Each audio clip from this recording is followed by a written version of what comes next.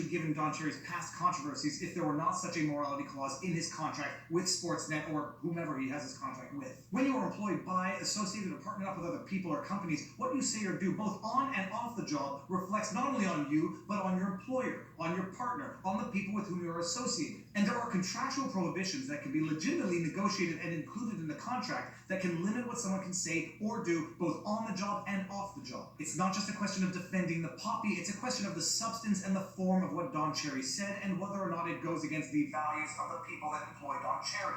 Alright, this is a very multi-layered discussion, and I can hear a lot of you screaming at your computer screens that I'm a hypocrite. I just did a video last week about cancel culture, guilt by association, and here I am seemingly justifying Sportsnet and Labatt's decision to part ways with Don Cherry over something he said. And I am very sensitive to that accusation, and in a way I'm sort of torn internally myself. I am an unapologetic proponent of freedom of speech, and I am an unapologetic critic of guilt by association. That said, I was once also an employer, and when I had my boutique litigation firm, you can bet sure as sugar it would have been a problem if lawyers were coming in every day saying anything they wanted under the guise of freedom of speech. It would have been a problem if lawyers turned their offices into places of protest. It would obviously also be a problem if on the weekends lawyers at my firm publicly associated with criminal gangs or criminal activity. People often say that the freedom of speech is not the freedom to speak without consequence, but the reality is that if you suffer tremendous backlash for speaking your mind, at some point there is an erosion of freedom of speech or people's willingness to publicly engage in it. But the flip side to the slippery slope encroachment on the freedom of speech is that there has to be a line in the sand after which point people will in fact suffer consequences for exercising the right for freedom of speech. As an individual, I can be the most diehard proponent of freedom of speech, but as an employer, I don't necessarily want to employ someone who says things on the weekends that are going to compromise my brand, my law firm, my reputation. And while I'm not a proponent of guilt by association, there is in fact a time after which there is no longer association by mere association, there is association by sharing of ideas. And at that point, I do think that people can come to legitimate conclusions of that association because it's not mere superficial association, it is a meaningful association by ideas and ideals. All that to say is the discussion is very nuanced, and most people will have a line in the sand after which they will let someone say what they want, but they won't necessarily want to be associated with it.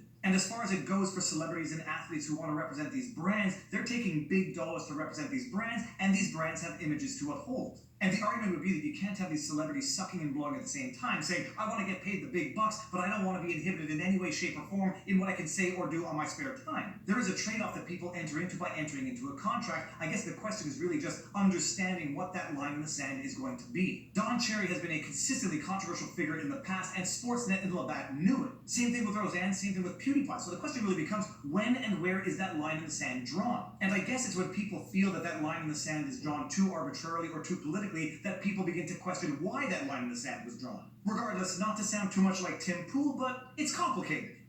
Alright, let's get back to the video.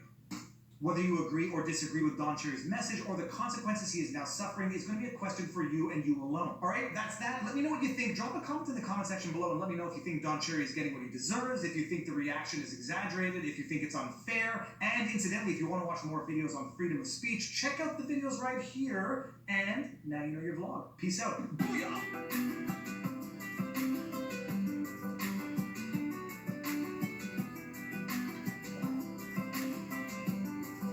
So that is my yoga workout. Every now and again when I start making a vlog, I recognize that it is going to be a learning journey for me, and this is one of those vlogs, the Kinder Morgan every day explained. At least to myself. Squats too, that I didn't do.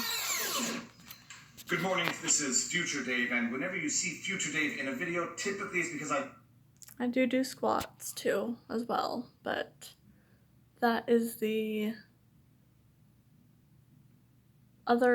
yoga stuff that I do as well. So I do that twice a day, and then I do 100 squats twice a day, so in total 200 a day.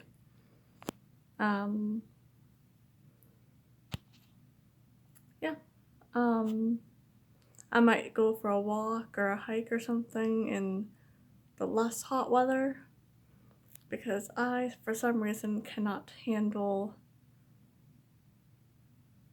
this hot weather. 30 and 40 degree weather. I can't do that. Not anymore, unfortunately.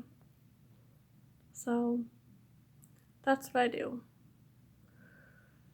So, I didn't think it would be too interesting to include me doing 100 squats, so that's why I chose to show ya.